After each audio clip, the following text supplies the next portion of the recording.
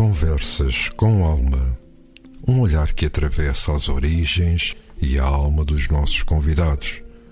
Um olhar sobre os seus sonhos, motivações e as suas escolhas. A sua obra, o legado que nos deixam e os caminhos que trilharam. Conversas com Alma. Um programa de Luís Filipe Silva, aqui na RLX Rádio Lisboa e agora também em DO Multimédia. Ora vivam, sejam bem-vindos a mais uma edição de Conversas com Alma. Hoje vamos olhar para a vida e para a obra de Rui Paim das Neves. Nasceu há 75 anos na Ilha Terceira, no arquipélago dos Açores. Artista plástico, autodidata e sargento aposentado, viveu grande parte da sua vida em diversas oficinas militares. Mas foi, como ele próprio nos haverá de dizer, na Universidade da Vida que aprendeu os princípios e as convicções que lhe regeram a vida de então para cá. Pai de 4 filhas, avô de 2 netas, sempre sonhou com um futuro mais justo para a sua geração e também para as gerações que lhe precedem. E depois de deixar a ilha, acabou por sofrer, depois de deixar a Ilha Terceira, acabou por sofrer um atentado em São Miguel, que de facto lhe direcionou toda a sua vida futura. A partir daí, veio para o continente, assentou raízes na Póvoa de Santo Adrião, onde a sua marca acaba por estar patente em diversas instituições e entidades da freguesia, que reconheceu o seu trabalho com a atribuição da medalha de honra que ele próprio desenhou. Rui Paim das Neves, por ele próprio, nesta edição de Conversas com Alma. Antes do mais, bom dia. Obrigado pela disponibilidade para termos esta conversa e lhe revisitar a sua vida. Obrigado. O Paim das Neves nasceu na Ilha Terceira. O que é que ainda hoje recorda da sua infância? A minha infância foi normalíssima. Na escola, entrei para a escola em 1954, creio eu. Uhum.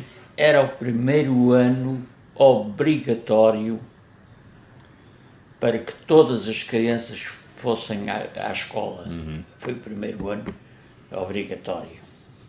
De antes só ia quem os pais deixavam, porque os pais precisavam dos filhos para trabalhar, com certeza. Era assim. Eu fui feliz na escola. Não tive uma infância muito com problemas familiares, que para aqui agora não são chamados, mas não fui dos mais felizes. Mas soube resistir, compreender e perdoar a muita gente. Paim das Neves, na altura não havia a escolaridade obrigatória, ia-se à escola quando nos deixavam ir e ficávamos por lá até nos deixarem lá estar, até porque se começava a trabalhar muito cedo. Certo. Foi na construção civil que acabou por consolidar a sua personalidade. Sim, com exemplos muito fortes. Comecei a trabalhar aos 10 anos na Emocal, empresa moderna de construção angrense. Nesta empresa conheci o fundador, em sociedade com um engenheiro que eu não conheci, mas conheci o fundador da empresa. Os filhos todos do fundador da empresa foram meus futuros patrões, porque tive dos 10 à idade de ir para a tropa com o mesmo patrão. Foi só o único patrão que eu conheci. E a trabalhar de perto com alguém que muito o influenciou? A minha universidade, eu hoje chamo-lhe a minha universidade, porque naquela altura um miúdo com 10 anos ouvia, não conversava com os mestres mais velhos, não entrava na conversa, porque quando entrasse na conversa era repreendido, ninguém está a falar contigo, opá, cala-te lá. Portanto, eu ouvia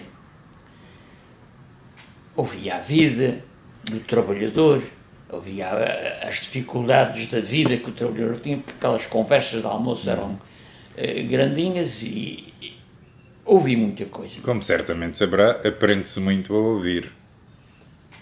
A ouvir é que se aprende.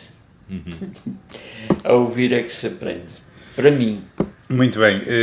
Chega a altura de assentar praça, digamos assim, até porque tínhamos que todos o fazer. Toda a gente tinha de o fazer. Pronto. É só depois disso. O assentar praça é uma obrigação. É uma obrigação. Mas é só depois disso que toma o gosto pela vida militar e se dedica à vida militar. O meu gosto pela vida militar aparece pela liberdade que existe numa instituição como o Exército ou outra instituição qualquer militar.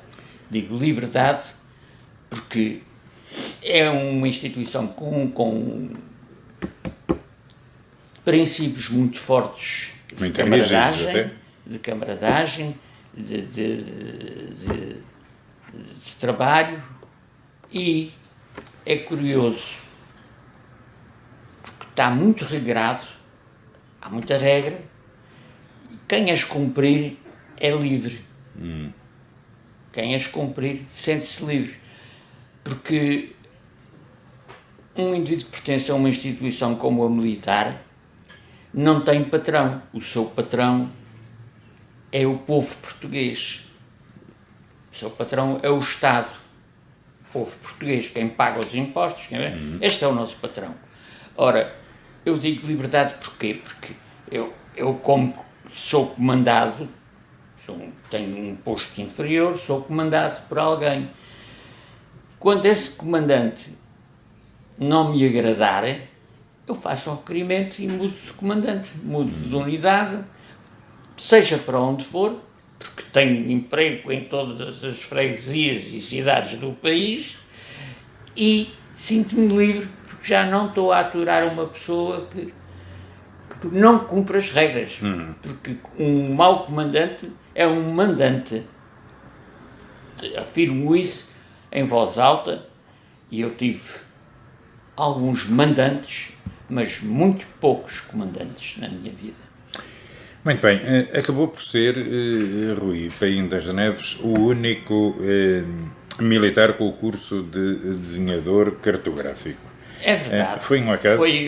Foi um mal que veio por bem, porque ao haver um mal que me trouxe para o continente, em 1977 abriu um curso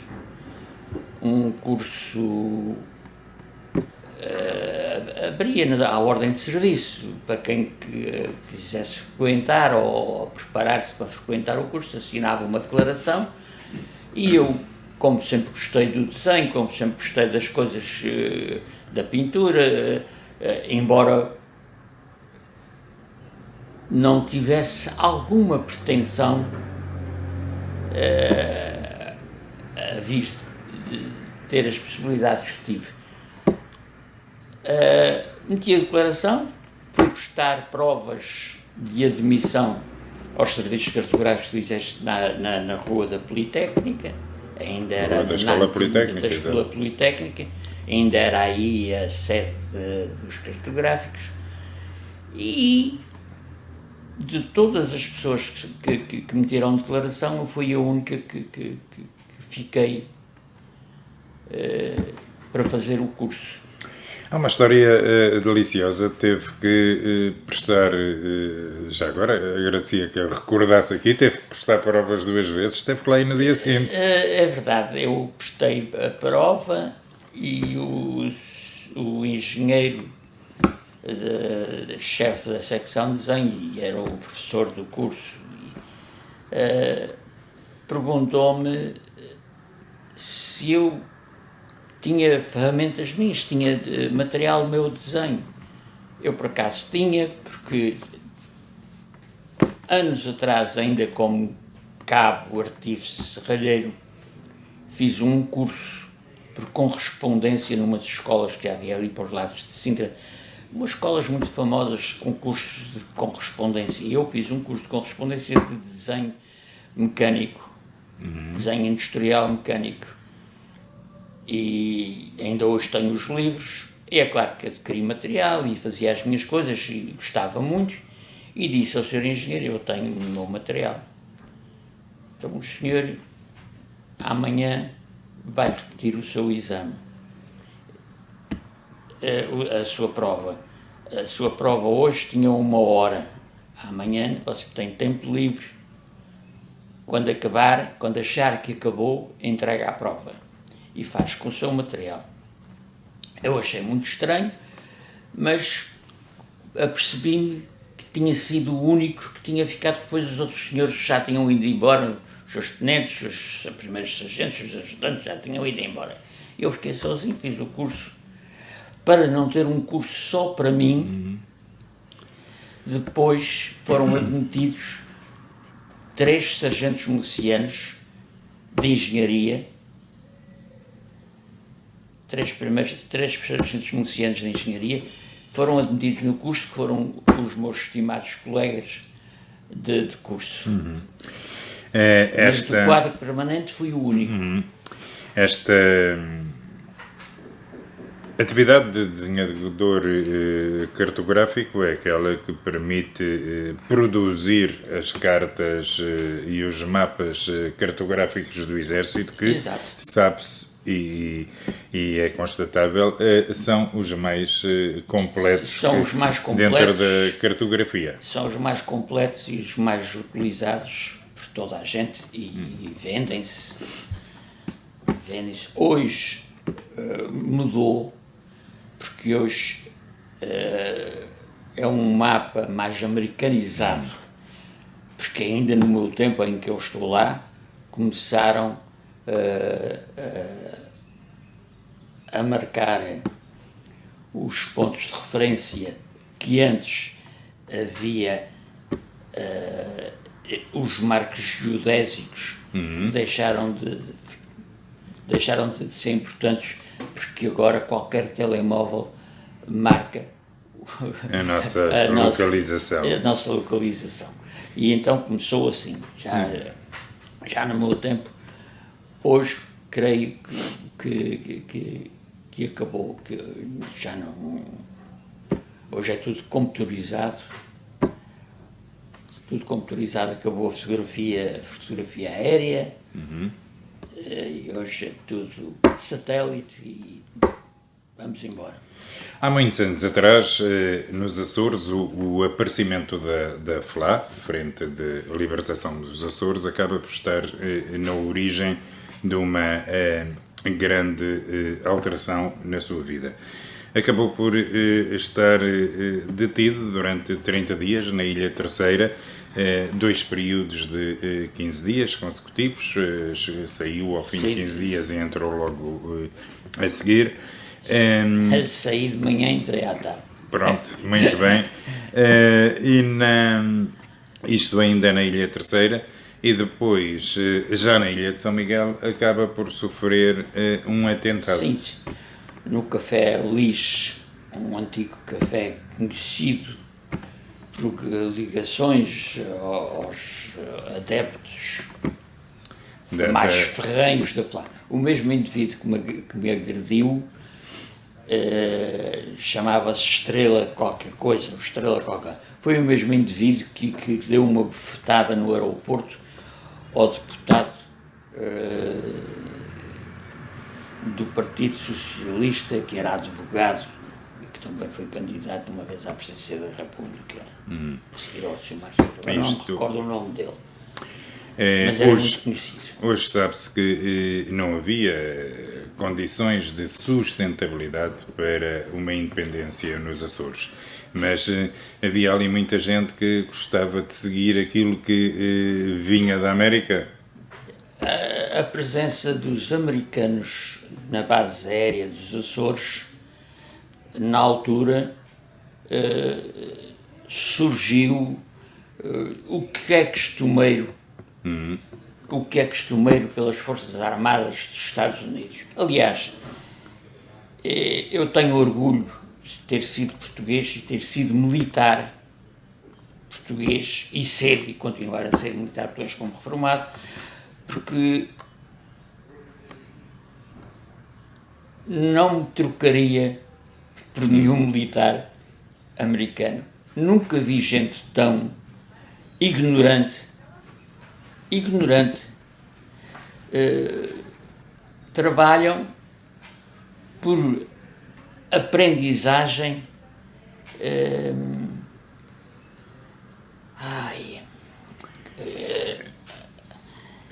eles Trabalham segundo as normas que têm. lhes E dão. se para apertar um parafuso ele tem que ter uma determinada chave e deve usar um par de luvas para pegar nesta chave, ele não o faz de outra forma. Enquanto eu, como português, as luvas me atrapalharam, eu pego na ferramenta e utilizo-a sem luvas. Eles não. Está escrito que é assim, é como eles fazem, eles têm umas coisas, umas normas deles. E depois, gente que criou muita dificuldade na ilha. Indisciplinados, iam para lá descansar do Vietnã, mas 15 dias depois estavam a ser reenviados para o Vietnã porque se tinham portado mal na ilha, tinham ido partir qualquer coisa, tinham de fazer. Era um agente de coisa. Isso é. Há exceções. Claro, Que lá tem tudo. a tropa americana tinha brancos e negros. E eu soube distinguir uma coisa. Um militar negro, quando se vestia a civil, vestia-se bem. Os outros militares eram camponeses. Muito bem. Os militares e as artes é um tema de uma pequena reportagem inserida no Jornal do Exército, que eu aproveito até aqui para mostrar a edição. Ora, esta pequena reportagem fala naturalmente do Painho das Neves. Pois. E reforça, já aqui deixa muito clara a sua veia artística. Isto é efetivo, tive esta surpresa porque eu passei, em determinada altura fui convidado para ir assessorar um engenheiro mecânico nos cursos superiores de engenharia militar que se fazem nos Pupilhos do Exército. Os Pupilhos do Exército era uma escola de sargentos, é uma escola para que a maior parte dos seus alunos ia para a vida civil e os que ficavam iam para sargentos técnicos, mecânicos, eletricistas e transmissões e faziam os cursos técnicos dessa altura. Porque no colégio militar os alunos que saíam do colégio, do Real Colégio Militar, do antigo Real Colégio Militar, iam para a academia. Só alguns porque até ao 25 de Abril os pupilhos do Exército era só para filhos de sargentos e de cabos e de coisa. O colégio militar era só para filho de oficiais. O filho de sargento não podia ir para o colégio militar antes de 25 de Abril. Depois alargou-se. E depois alargou-se também os cursos superiores ao colégio militar, que não tinha. Quem tinha cursos superiores na altura, antes de 25 de Abril, era só os pupilhos. Depois, hoje,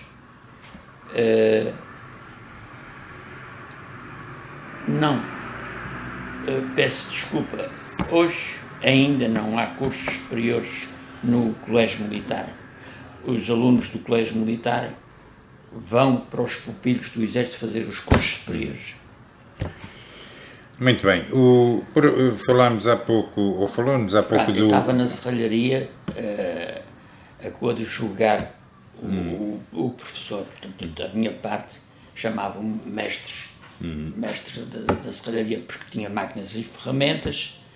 Portanto, eu tinha à minha parte, à minha responsabilidade, fundição, forja, soldadura e máquinas de ferramentas. Quando se diz máquinas de ferramentas, chamamos fresadoras, tornos, limadores, retificadores, máquinas pesadas. Eu tinha a minha missão, era responsável por essa oficina, não só pela parte de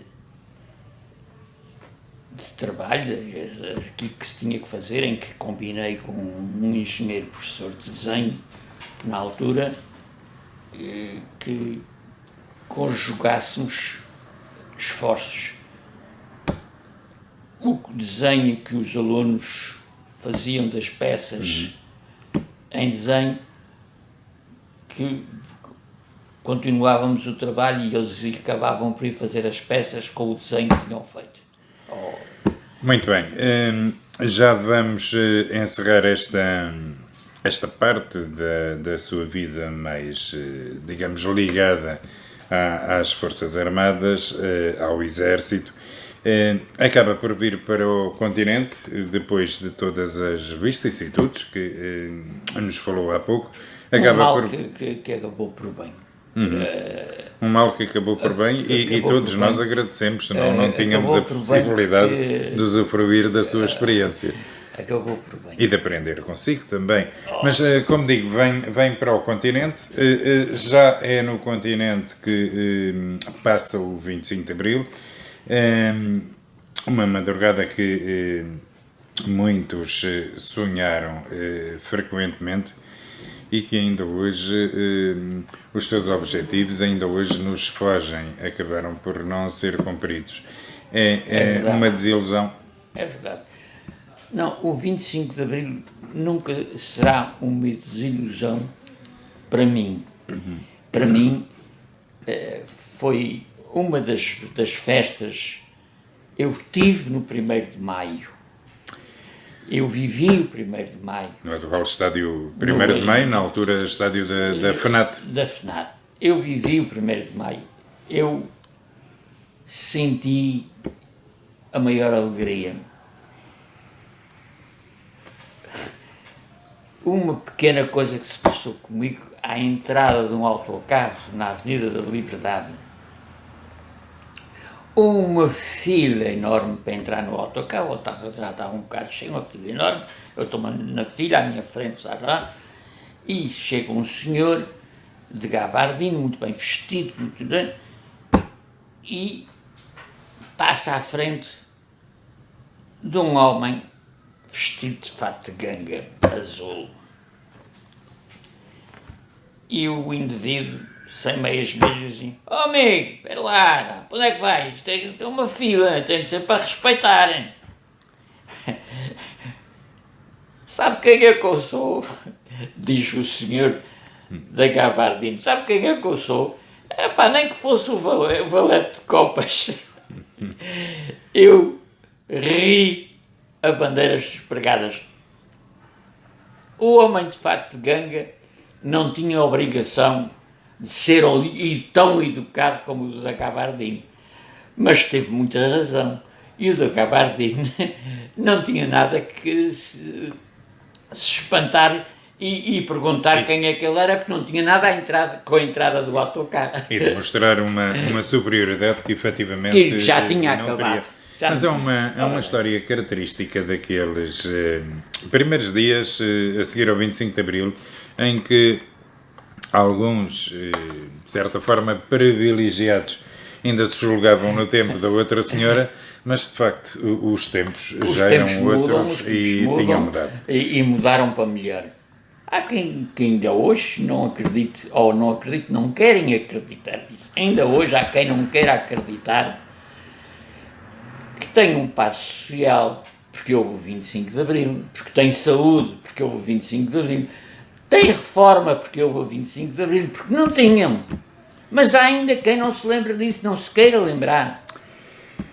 Quando me referi há pouco em a desilusão, referia-me ao facto de ainda não se terem cumprido os fundamentos essenciais, porque foi feito o 25 de Abril, nomeadamente na área da saúde, da educação, da habitação, sobretudo da habitação. O grande problema, acho eu, que o povo aderiu rapidamente à Revolução, em toda a força, com as suas condições de quem tinha vivido 48 anos de obscurantismo. 25 de Abril. Então. O 25 de Abril não tinha sido feito para o povo.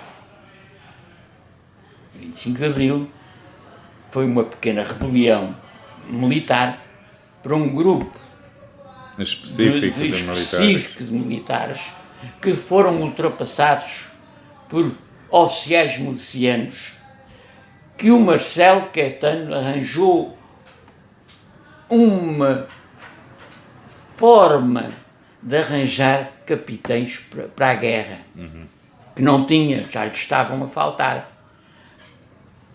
Já lhe estavam a faltar os capitães, e ele, para ter pessoal para a guerra, deu uma bébia, e os milicianos que cumprissem uma missão em África, que tivessem 3 meses em Mafra a fazer um semicurso, e quando voltassem para a África, na terceira vez, ou na segunda vez, já eram capitães. Esses capitães iriam ultrapassar os cadetes da academia que estavam já a ficar ultrapassados. Essa gente não quis, muito bem, e tinham razões para não querer, e revoltaram-se.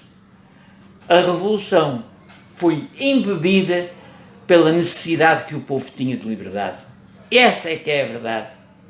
Não me venham admiro uma maioria dos capitães de Abril, mas sei como é que as coisas se passaram, porque eu estava... era um aprendiz de feiticeiro que estava no meio daquela coisa toda. Bem, das Neves, vamos voltar agora à sua parte da vida em que já está no continente e já está mais dedicado às artes plásticas. A sua primeira exposição acontece em 1973. 73. E precisamente acontece a propósito dos 25 anos do Rádio Clube de Angra. Sim, senhor. Para a primeira exposição começou logo por vender tudo. Mas não deixa de haver aqui também algum apoio do seu amigo, penso que posso designá-lo assim, Emanuel Félix. Meu amigo é pouco. Eu precisava de livros, eu gostava de ler. O professor Emanuel Félix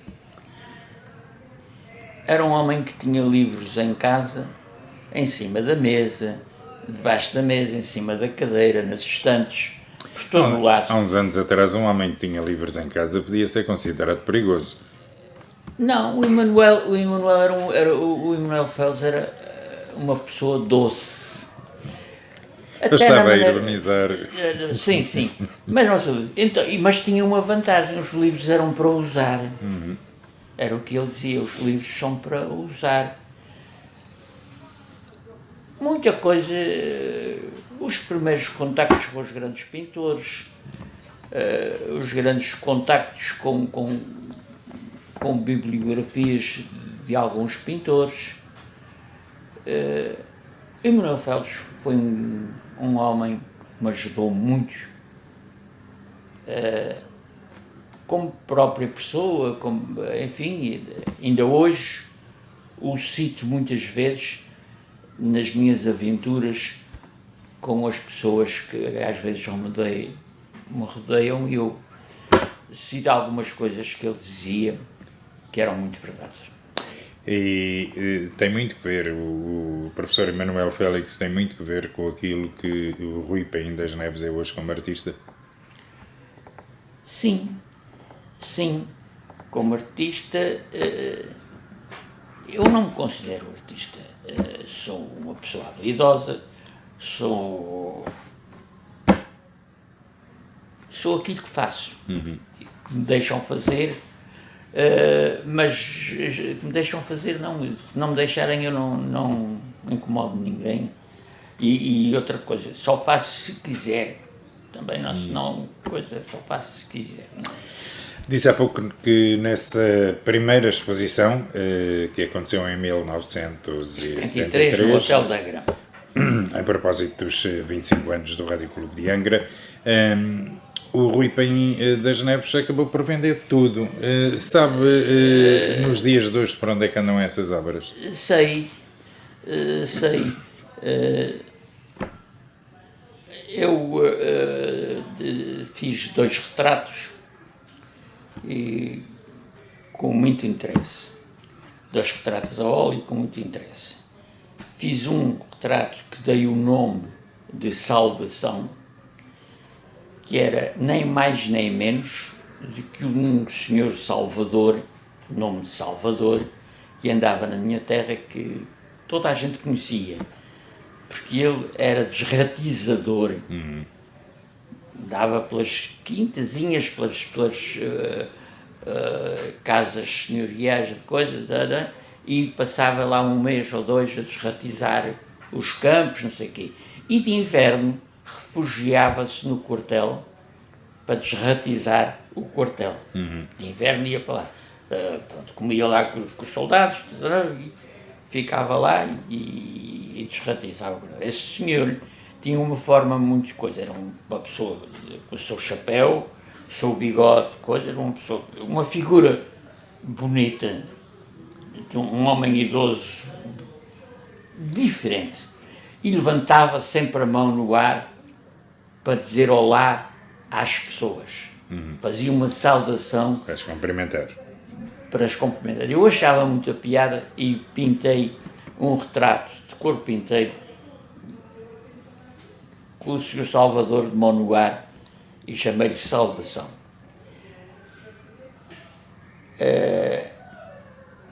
Pintei. Na minha terra há uma tradição que é as touradas, touradas à corda. E as touradas à corda tinha um outro senhor que tinha como profissão empregado doméstico na minha cidade. Ele era empregado, mas lavava escadas nas entradas dos prédios e tal. Tinha por nome ou alcunha, que eu agora não posso precisar. Eu conheci muito bem o senhor, vi e conhecia-o muito bem, e era amigo dele. Chamava-se João dos Ovos. Já não há cá, ainda há de haver, se forem vivos, alguns matadores de touros que se lembrem dele. Porque ele, além de andar nas touradas à corda, era o homem que abria o touril da Praça de Touros, quando se tratava de touros de praça. Lá temos tourada à corda e touros de praça. E ele era o homem que abria a porta do touril, e também com muita cerimónia, era muito cerimonioso. Esse João dos Ovos, eu fiz-lhe o retrato, com o seu guarda-chuva, que para torear os touros, ele era com o seu guarda-chuva debaixo do braço. Foi uma casa comercial, um dono de uma casa comercial da Praia da Vitória, que me adquiriu esses 2 retratos. Eram os trabalhos que eu pus dinheiro para não os venderem. O preço que eu pus era para não os venderem. Que eu queria-os para mim. Mas compraram-nos e eu tive que ficar sem eles. E nunca mais os vi, mas sei que ficaram nessa família de um senhor que tinha umas lojas, um comércio grande na Praia da Vitória.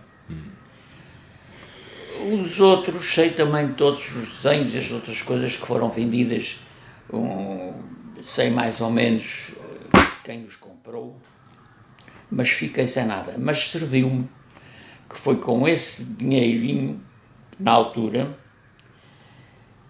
que eu guardei para a minha esposa, porque eu acabei por vir tirar o curso de sargentos para Sacavém, e a minha esposa ficou com uma calçãozita para garantir a subsistência.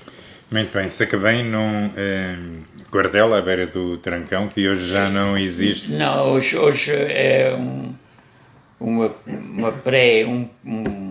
pré-condomínio fechado que está aberto, foi assaltado, foi roubado, enfim, não interessa. O Rui Paim das Neves, depois dessa exposição em 73, na qual acaba por vender as obras todas, tem mais exposições. Expôs no Museu Militar, aqui em Lisboa, em Santa Apolónia, Ponta Delgada, Sintra, Oeiras, até mesmo na Póvoa de Santo Adrião. Há alguma dessas exposições que se o tenha marcado? Lagos. Aqui, nas outras exposições no Museu Militar não eram para vender as coisas que lá se expunham, não eram para vender. Eram obras militares, de pintores militares, artistas militares, eles faziam,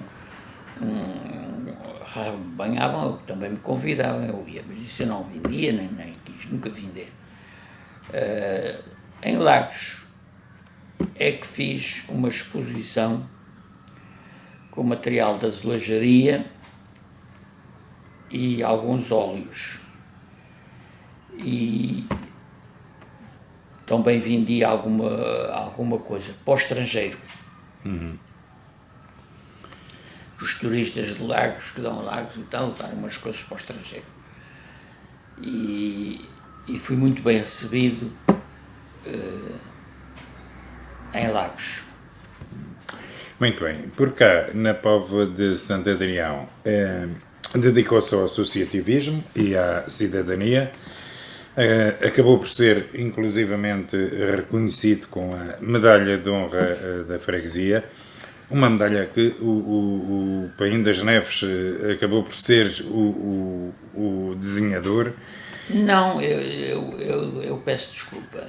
Faça favor. Eu peço desculpa, é imenso, não. A medalha da freguesia, não sei, é uma medalha que foi mandada a fazer, não. O que eu fiz para a freguesia foi a medalha comemorativa do primeiro aniversário de elevação à vila da Póvoa de Santo Adrião. Quando vim para cá era uma freguesia, pertencia ao Conselho de Louros. E um grupo grande de pessoas da freguesia conseguiram transformar esta zona que nós estamos aqui, que é a zona da Quintinha, uma zona nova da Póvoa. A Póvoa cresceu,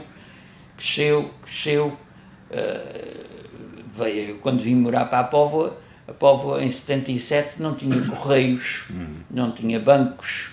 Também já não tem correios e bancos, não sei se será alguns. Não tenho já bancos nem correios. Pronto. Mas tudo isso foi nessa altura e levamos a freguesia à vila. Agora estamos a perder, e estamos a perder tudo, aliás é natural, porque as pessoas dedicam-se menos ao associativismo. Eu, como na minha terra sempre fiz parte do associativismo, na minha freguesia da Conceição de Angra, tínhamos lá uma fanfarra, que era uma filharmónica, não é filharmónica, porque uma filharmónica é uma coisa, uma fanfarra é outra, mas tinha a mesma quantidade de músicos. A diferença entre fanfarra e filharmónica, a filharmónica tem instrumentos de madeira, uma fanfarra só tem instrumentos metálicos. Era a filharmónica, a fanfarra operária, Gago Coutinho, Sacadura Cabral, e situava-se na rua 5 de Outubro da minha cidade. Fazíamos teatro, levamos à cena uma peça com a ajuda do Emanuel Félix, com a ajuda do Zé Cabretão, do Zé Bertão, levamos à cena o Alto da Compadecida de Ariano Suassuna, que era proibido no continente. Era uma peça proibida. Levamos, saiu na estreia e não saiu mais. Portanto, foi logo proibido. Muito bem. E Mas criamos lá um grupo de teatro, eu, o Manuel Félix, José Bertão, pessoas que a gente conhecia, criamos um grupo de teatro que depois veio a tornar-se no grupo que existe hoje e que ocupa a antiga sede do Rádio Clube de Angra. Este pequeno grupo de teatro que foi formado por nós depois desembocou no atual que há hoje. muito bem, Paim das Neves, mas segundo eu dizia há pouco, é também da sua autoria o brasão da Santa Casa Sim. da Misericórdia da Póvoa de Santo Adrião, o emblema do PSAC, que é o Póvoa de Santo Adrião Atlético Clube, digamos que a agremiação desportiva que melhor representa a porta de Santo Adrião, dos pescadores e caçadores, mas deixa a sua marca também no IPI, o Instituto Português de Pedagogia Infantil, e até mesmo no CRIP, onde estamos agora, o Centro de Reformados Pensionistas e Idosos da Póvoa de Santo Adrião. Também. Aliás, destas duas últimas instituições, o Paim das Neves é sócio fundador. Sabe como é que ambas nasceram e para o que nasceram? Sei, o IPPI, por exemplo, era um senhor professor, que veio em retorno das colónias e que tinha um projeto para numa dessas colónias, creio que era Angola, tinha um projeto para fundar uma creche para crianças e não sei o quê. E já tinha alguma verba para isso. E veio para a Póvoa e colocou esta verba à disposição de se houvesse alguém que coisa. Sim, senhor, apareceu o Tim Henrique Santos, que é aquele senhor que está ali, que é o primeiro diretor desta casa, que está, é a primeira fotografia, que é o fundador desta casa, Henrique Santos, e depois as pessoas mais ativas da freguesia, juntamos-nos todos e levamos a cabo, para a grande alegria deste senhor, que já é falecido, levamos a cabo a fundação do IPPI, e que ainda hoje funciona. Aqui com o Centro de Reformados, Pensionistas e Idosos é também fundador, aliás, eu esqueci-me de dizer, também é fundador do PSAC, numa outra linha, a linha desportiva, mas importava, se calhar, digo eu, ou pergunto eu, naquela altura, importava que os idosos pudessem envelhecer de uma forma mais ativa. Sim, aliás, a freguesia cresceu muito, isto era considerado um dormitório da zona de Lisboa, muito operário. Também temos fábricas aqui na Póvoa, temos muito operário, né? E as pessoas não tinham. Já havia uma sociedade na Póvoa. No Largo. No Largo Major. Ao lado da igreja, no Largo Major Rosa Bastos, ao lado da igreja. Mas as contingências da Revolução, as oportunidades da Revolução, abrem portas que não se deviam abrir e acontece muita coisa. O que é certo é que muitos dos velhotes, nos bancos ali do Jardim Major Rosa Bastos, era ali que se juntavam, era ali que coisa. O tio Henrique, conhecido, o tio Henrique careca, porque ele tinha pouco cabelo, mas era o tio Henrique Santos, um laborioso tipógrafo, com um curso feito na altura no município de Louros de animador cultural, porque ele não perdia nada, com 70 e tal anos de idade, foi fazer um curso de animador cultural, e alguns miúdos que ainda sabem jogar basquetebol e coisa, ainda saíram das mãos dele. Uma pessoa que eu estimo muito, que estimo a memória do Henrique. Abordou-me a mim e a outros, à pessoa Maria Emília, que também já foi presidente desta casa, e a muitos outros abordou-nos, fizemos uma coisa. Na altura tínhamos boas relações com o município de Loures, muito boas relações. Aqui nesta zona havia uma escola em Madeira, uma escola provisória. Chamavam-lhe Escola dos Lápis, não era? Não, a Escola dos Lápis é esta aqui ao lado. Esta é uma nova. Havia aqui uma escola de Madeira, uma escola de coisa, que depois, quando a fecharam, porque depois abriram a Escola do Lápis, então, nós aproveitamos, tínhamos aí um grupo, tínhamos muitos professores também cá, não sei o quê, e passamos a dar, nessa escola, houve aulas para adultos e houve quem fizesse o secundário para melhorar os seus empregos, não sei o quê, neste espaço, no espaço na escola antiga. Ainda há gente desse tempo que eu conheço. Vieram estudar à noite, fizeram as suas coisas grátis. Era quase um ponto de honra deste grupo não envolver, não se deve envolver o que não é preciso. Faz falta, há de se pagar e é de se juntar o dinheiro. O Henrique, aquele senhor Henrique, o primeiro presidente desta casa, primeira carrinha auto que tivemos aqui para ajudar os velhotes, não sei o quê.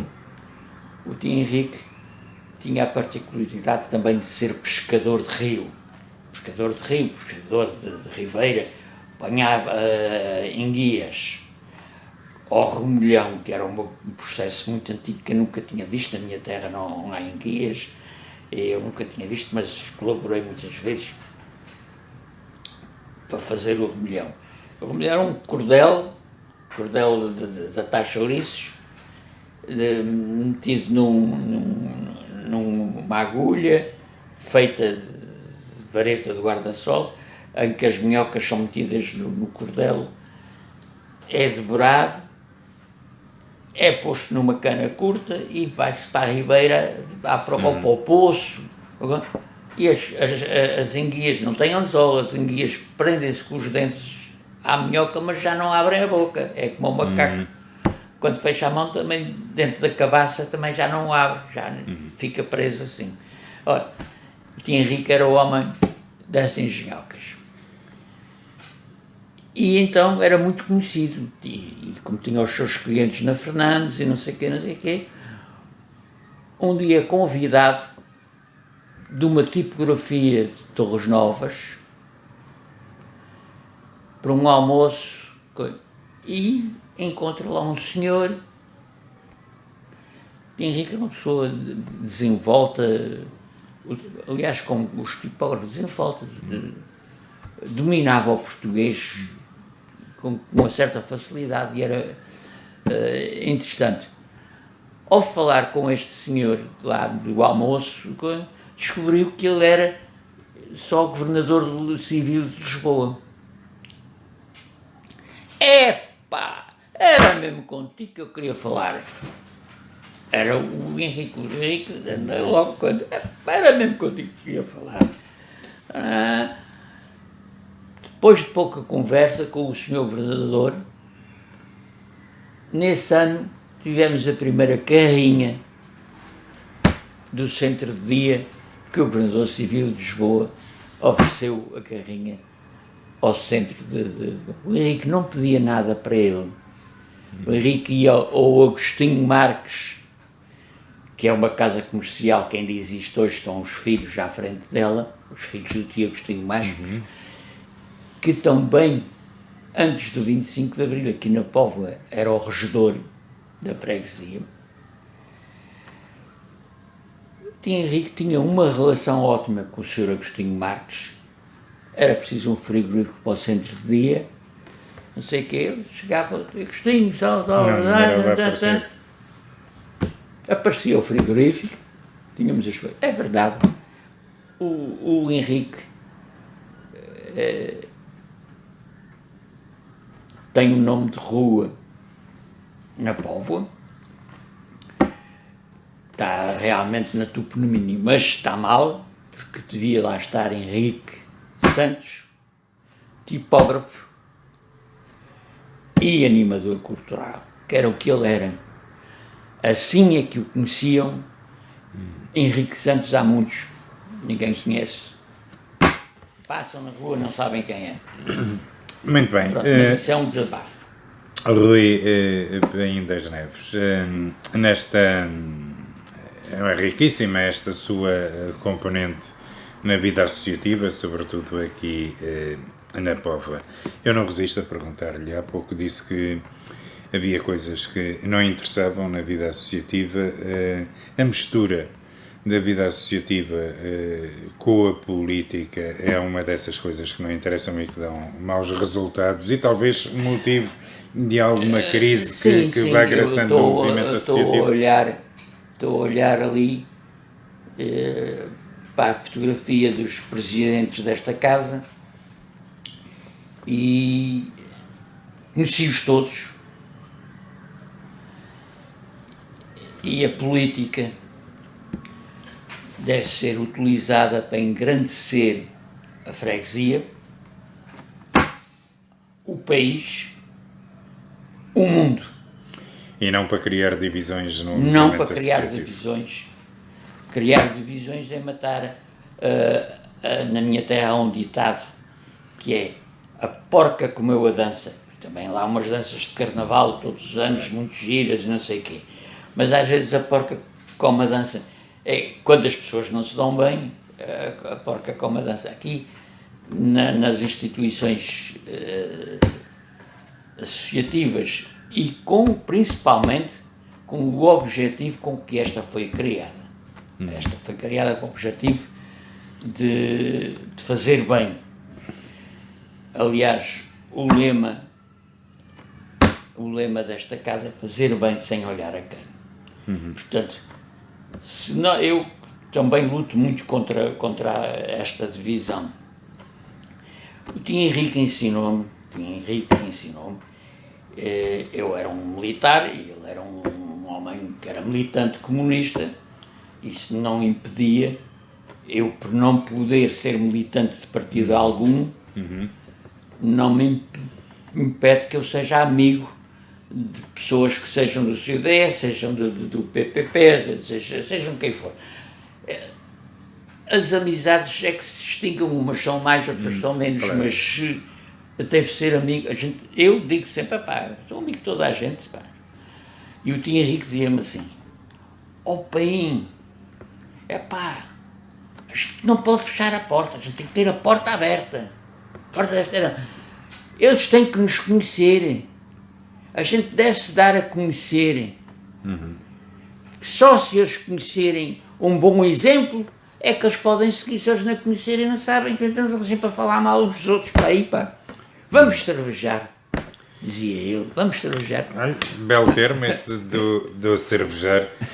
Para o final desta conversa, Paim das Neves, deixei uma questão que eu lhe passo a colocar da seguinte forma. A sua casa, e felizmente eu já tive a oportunidade de visitar, é quase que como um museu. Entre as obras que lá tem expostas está um quadro de Álvaro Cunhal, lindíssimo, que não tem preço. Nunca será vendido, aliás, ele já tem destino. Ele já tem destino. É a sua obra de referência? A pessoa que está retratada naquele retrato é um artista. É um homem que deixa exemplos. Como lhe digo, tem muitos amigos. Que há muito tempo eu lembrei-me nas redes sociais de publicar o desejo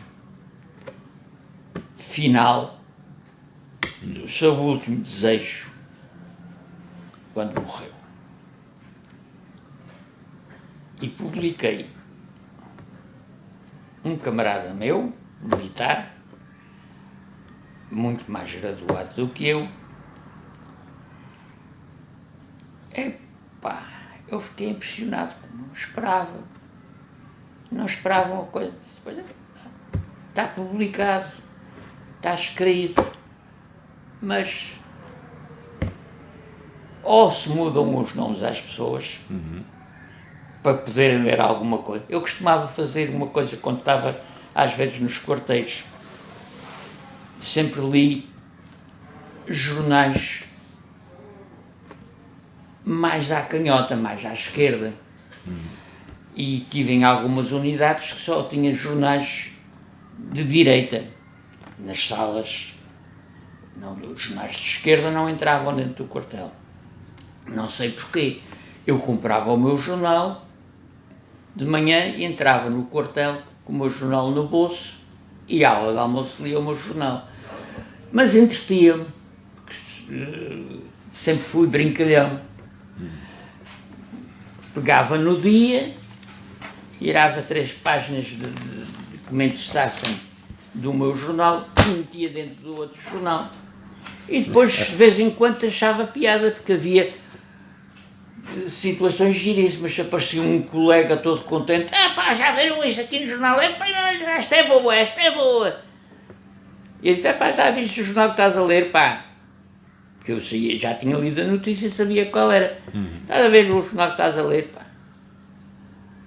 Eu ia ver, via que a folha que não era do jornal. Isso são das partidas que eu mais gostava de fazer. Portanto, eu pintei aquele quadro na altura do congresso, que estão lá as teses do congresso daquele quadro, que foi umas teses que foram feitas em Aveiro. Já não é as de Aveiro antigas, não, é recentes, já do nosso tempo. E também me apercebi, quando li Levantados do Chão,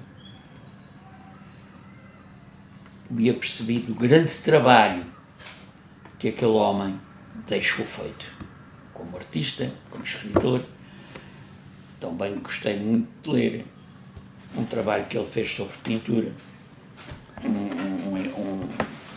um trabalho que ele deixou, a minha filha mais velha, que é que vai herdar aquele quadro, ofereceu-me esse trabalho. E eu não descansei enquanto não apanhei o livro assinado. Quase que não apanhava, mas tive uma sorte. O Conselheiro de Estado,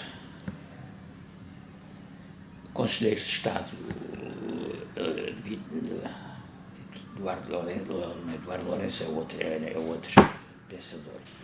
O Lourenço, que fugiu com ele lá de cima de Peniche. Este senhor, eu tinha uma ligação com um grupo de amigos que faziam parte das edições Avante, e o editor do Saramago, o Coelho, qualquer coisa Coelho, éramos, frequentavam uns almoços que eu fazia no meu ateliê em Sintra. E um dia apareceu-me lá o diretor do Avante, o Lucena, Dr. Lucena, que me pede, traz-me um desenho, que era um desenho de prisão feito em Peniche, com uma roda de pessoas a dançar à volta, a lápis de cor, que era um desenho original do Dr. Álvaro Cunhal.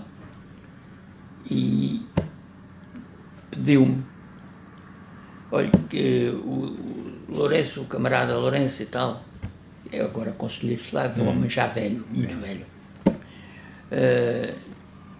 Queria que tu, coisa para um azulejo e tal, pôr na porta dele, da casa dele, lá por cima da casa dele, tem uma casa na Lagoa da Albufeira e tal, que é para pôr. E eu disse, eu não posso fazer isso. Eu não posso fazer isso. Então eu não vou fazer isso. Pá.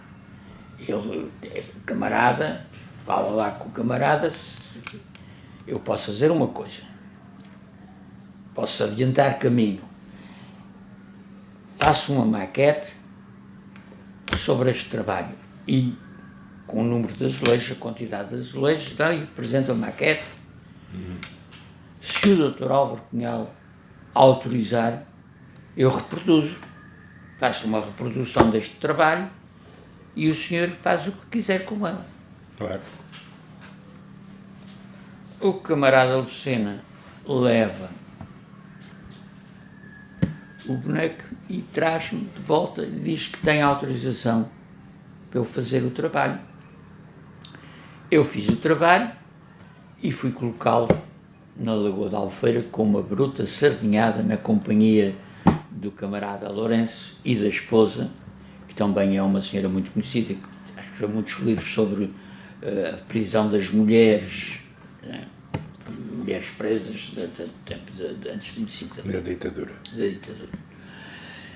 Mais uma aprendizagem na minha vida, porque tive pessoalmente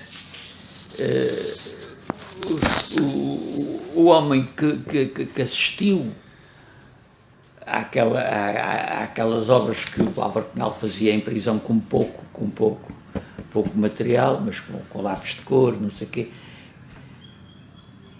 e pedi, por favor, se ele conseguia que me assinassem o livro, que o Álvaro me assinasse o livro. E o Lourenço diz assim, olha, eu peço perdão por estar a chamar Lourenço, sou uma pessoa tão querida e tão mais idosa do que eu. Mas, digo, não, eu vou tentar, mas ele está muito mal, porque ele já não vê. E para assinar as coisas eu utilizo um escantilhão para assinar as coisas, que ele já não coisa, mas eu vou tentar. Ficou-me lá com o livro 3 meses. Dali a 3 meses os camaradas voltaram no almoço, voltaram-me, olha, para está aqui, calma. E tem o livro assinado a escantilhão, numerado, uma assinatura numerada, porque ele assinava com o escantilhão e numerava. Muito bem. Para mim,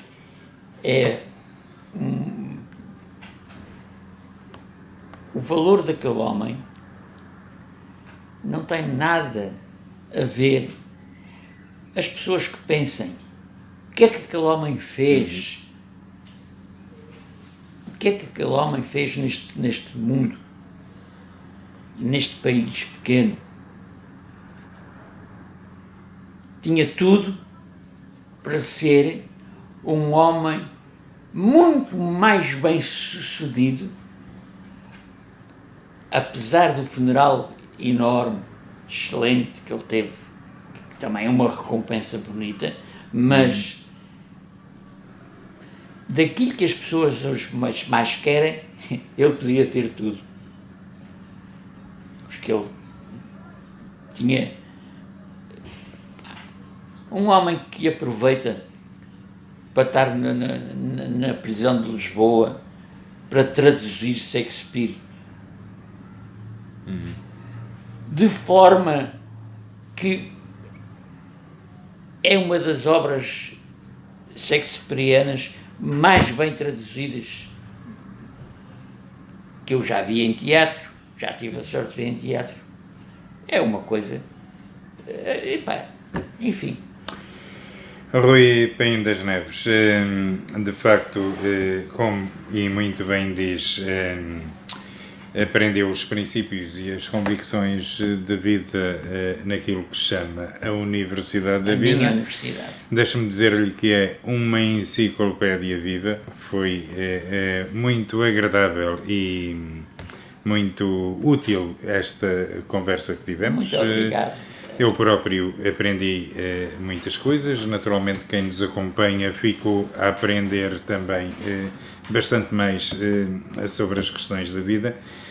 Resta-me agradecer-lhe a sua disponibilidade e não queria também despedir-me sem agradecer ao Centro de Reformados, Pensionistas e Idosos da Póvoa de Santo Adrião a colaboração que tiveram com a produção para podermos realizar esta entrevista. Muito obrigado. Bom dia. Obrigado. E continuo por aí a ensinar-nos. Bem precisamos. Não. É difícil ensinar. É preciso também querermos aprender. Aliás, aprender sempre é uma das minhas frases preferidas de Lenin. Aprender sempre.